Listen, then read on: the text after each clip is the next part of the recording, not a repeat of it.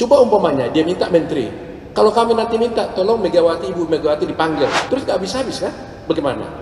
Kalau mau digabungkan menteri, kami juga kan bisa minta tolong Ibu Megawati dipanggil. Mau nggak? Saya memutuskan sudah tiba saatnya untuk berbicara dengan nurani, berbicara dengan tuntunan akal sehat, dan berbicara dengan kebenaran yang hakiki. Dengan melihat persoalan yang kita hadapi akhir-akhir ini, apa yang terjadi di Mahkamah Konstitusi akhir-akhir ini telah menyadarkan kita semua bahwa berbagai manipulasi hukum kembali terjadi. Itu semua akibat praktek kekuasaan yang telah mengabaikan kebenaran hakiki politik atas dasar nurani.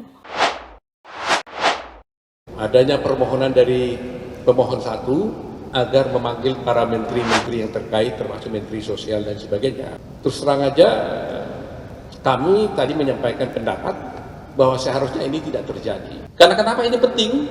Karena inilah nanti mengungkap semua tabir-tabir. Barang siapa mendalilkan sesuatu, maka dia harus membuktikan dalilnya. Dan barang siapa menyangkal sesuatu, maka dia harus buktikan penyangkalannya. Jadi istilahnya adalah, terutama adalah burden proof-nya. Kalau you mau buktikan sesuatu, you cari buktimu. Jadi jangan dia datang ke pengadilan, Pak Hakim, saya ini benar, tolong hakim, ya panggil si Anu. Itu gak bisa. Kalau tadi ditanyakan kenapa tidak kita yang menghadirkan, nah, kita tidak punya kemampuan menghadirkan mereka. Ya, kecuali kalau nanti kita sudah jadi presiden.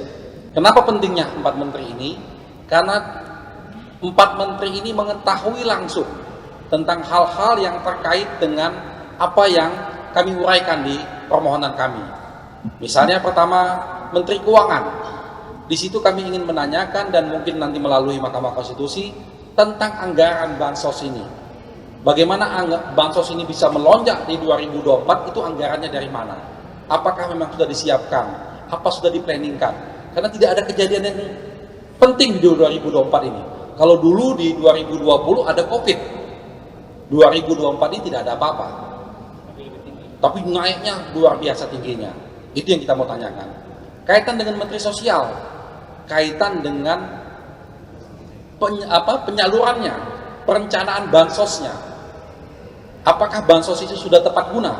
Kita semua setuju bahwa bansos itu penting. Tapi kita tidak setuju kalau bansos itu dipolitisasi. Sehingga orang yang menerima tidak berhak menerimanya hanya karena untuk ingin menaikkan suara paslon tertentu. Lalu yang ketiga, Menteri Perdagangan. Kita tahu bagaimana banyak sekali laporan kami tentang Menteri Perdagangan yang menggunakan fasilitas negara, terang-terangan mengatakan bahwa ini bantuan dari Jokowi. Terima kasih kepada Jokowi, kita harus dukung 02 segala macam, itu sudah kami laporkan juga ke Bawaslu. Lalu terakhir tentang Menteri Airlangga. Ini juga hal yang sama seperti dengan yang dilakukan oleh Menteri Perdagangan Zulkifli Hasan. Itulah yang kami minta melalui Mahkamah Konstitusi, semoga dapat dikabulkan. Tadi juga pihak 03 mendukung argumen kami. Kami tadi sudah mengusulkan bersama-sama dengan Paslon 01 untuk menghadirkan Menteri Keuangan dan Menteri Sosial, ya, dan Menteri PMK dalam persidangan di Mahkamah Konstitusi. Kami menunggu jawaban dari pihak Mahkamah Konstitusi. Mudah-mudahan Mahkamah Konstitusi melihat urgensi dari kehadiran Menteri Keuangan, kehadiran Menteri Sosial yang kelihatannya tidak terlalu terlibat dalam penyaluran bansos. Dan kita juga ingin mengetahui dari Ibu Sri Mulyani sebagai Menteri Keuangan, sejauh mana politik anggaran, sejauh mana kebijakan fiskal dalam soal bansos yang menyangkut 496,8 triliun itu disalurkan. Sejauh mana automatic adjustment yang 50 triliun itu juga disalurkan. Dan ini jumlah yang terbesar dalam penyaluran bansos yang pernah kita alami. Juru bicara Tim Pemenangan Nasional atau TPN Ganjar Mahfud, Muhammad Guntur Romli atau Gus Romli, mempertanyakan relevansi dari kuasa hukum Prabowo Gibran Otto Hasibuan yang meminta Ketua Umum PDIP Megawati Soekarnoputri untuk dihadirkan dalam sidang sengketa Pilpres 2024 di Mahkamah Konstitusi atau MK. Gus Romli mengungkapkan, pemanggilan Presiden Joko Widodo atau Jokowi dalam sidang sengketa Pilpres 2024 justru lebih relevan, lantaran diduga adanya penyalahgunaan wewenang untuk memenangkan putra sulungnya, Gibran Raka Buming Raka sebagai cawapres. Permintaan Presiden Jokowi hadir karena terkait dugaan penyalahgunaan wewenang dan bansos untuk pemenangan 02, di mana cawapresnya adalah anak dari Jokowi. Kalau Ibu Megawati diminta hadir, apa relevansinya?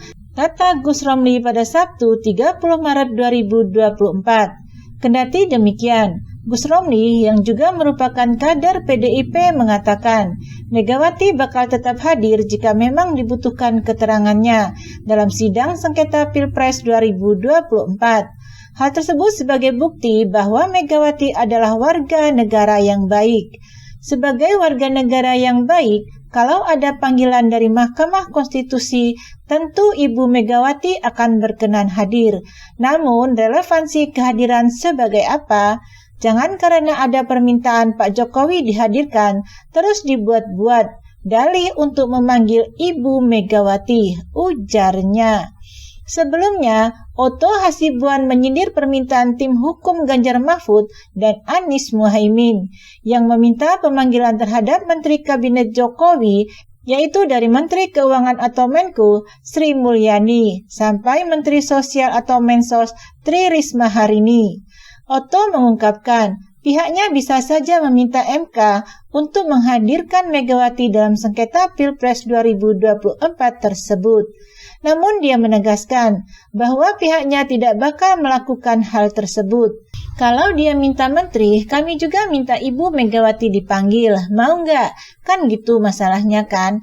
Ujar Otto setelah sidang di gedung MK di Jakarta pada Kamis 28 Maret 2024. Otto menjelaskan, sidang sengketa Pilpres 2024 adalah sengketa dua pihak dengan asas actori incambus onus probandi. Adapun asas tersebut memiliki arti siapapun yang mendalilkan harus bisa membuktikan.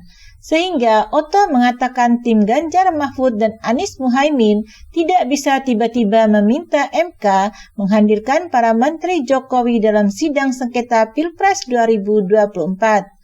Jangan dia datang ke pengadilan, lalu mengatakan, Pak Hakim, saya ini benar, tolong Hakim panggil si Anu, itu nggak bisa, ini perkara dua pihak, tutur Otto.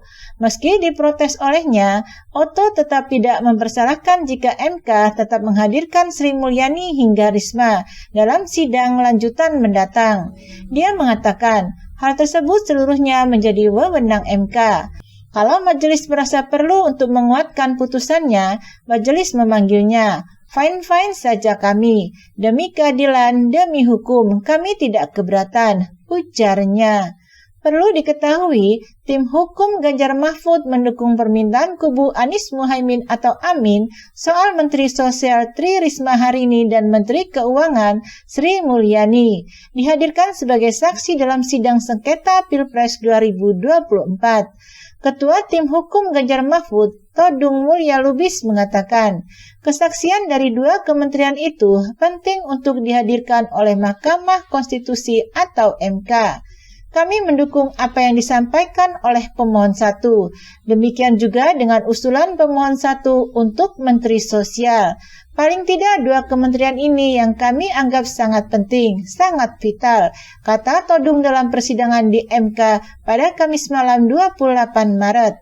Ia menjelaskan bahwa dalam permohonannya Ganjar Mahfud banyak menyoroti soal bombardir pembagian paket bansos jelang hari pemungutan suara.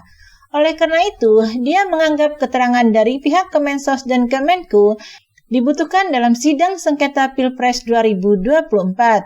Kaitannya dengan kebijakan fiskal dan yang lain-lain. Maka kami juga ingin mengajukan permohonan yang sama, ucap dia. Todung berharap Majelis Hakim Konstitusi akan mengabulkan permohonan tersebut dalam sidang pemeriksaan saksi nanti. Meski demikian, ia akan menerima jika Majelis Hakim menganggap itu tidak diperlukan. Anies Muhaimin dan Ganjar Mahfud menggugat hasil penghitungan suara Pilpres 2024 yang ditetapkan oleh Komisi Pemilihan Umum atau KPU.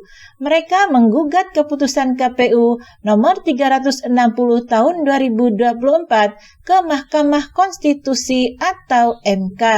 Pada intinya, mereka tidak menerima hasil penghitungan suara yang dilakukan KPU. Mereka mendalilkan sejumlah kecurangan. Salah satu yang disorot adalah bombardir pembagian paket bansos menjelang hari pemungutan suara pada 14 Februari 2024 lalu. Sementara itu, pihak KPU dan Prabowo Gibran menganggap gugatan yang diajukan Ganjar Mahfud serta Amin salah alamat. Mereka menegaskan bahwa MK hanya memiliki kewenangan untuk mengadili sengketa hasil penghitungan suara, bukan kebijakan pemerintah. Kewenangan MK itu tertuang dalam Undang-Undang Nomor 7 Tahun 2017 tentang Pemilu. KPU meminta MK menolak gugatan Ganjar Mahfud dan Amin. Prabowo Gibran juga mengajukan permintaan yang sama kepada MK.